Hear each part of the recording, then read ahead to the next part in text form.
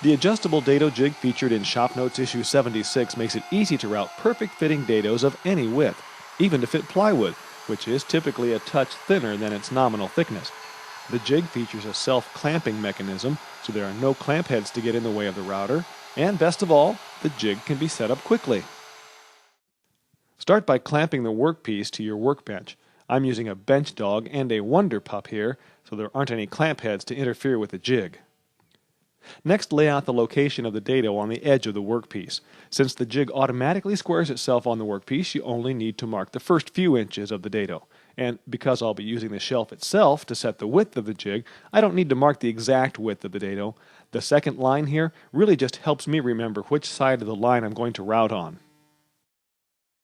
One of the features that makes this jig unique is the self-clamping system. A finger on this quick-release clamp locks the jig against the workpiece. This way you don't have any clamps in your way. With the dado laid out, you can set the jig in place.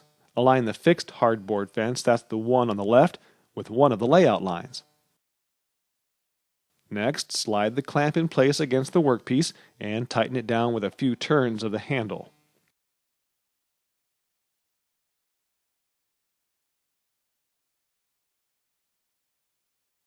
For a custom-sized dado, slip a cutoff or the actual piece that's going to fit into the dado up against the fixed fence. Then slide the adjustable fence up to the other side of the piece and lock the fence in place.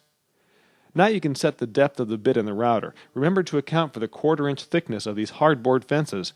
So for a 1/4 inch deep dado, I've set my bit 1/2 inch deep.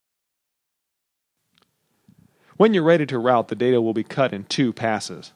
For the best results, keep the same edge of the router against the fence rail. See this red arrow on the base of my router? That helps me keep things straight. When I start to route along the opposite fence, I turn the router so the arrow points to that fence. The reason I do this is that the bit isn't always perfectly centered in the base. After you've routed both sides of the dado, you can loosen the clamp and remove the jig. Finally, slip the shelf in place to check your work. A perfect fit.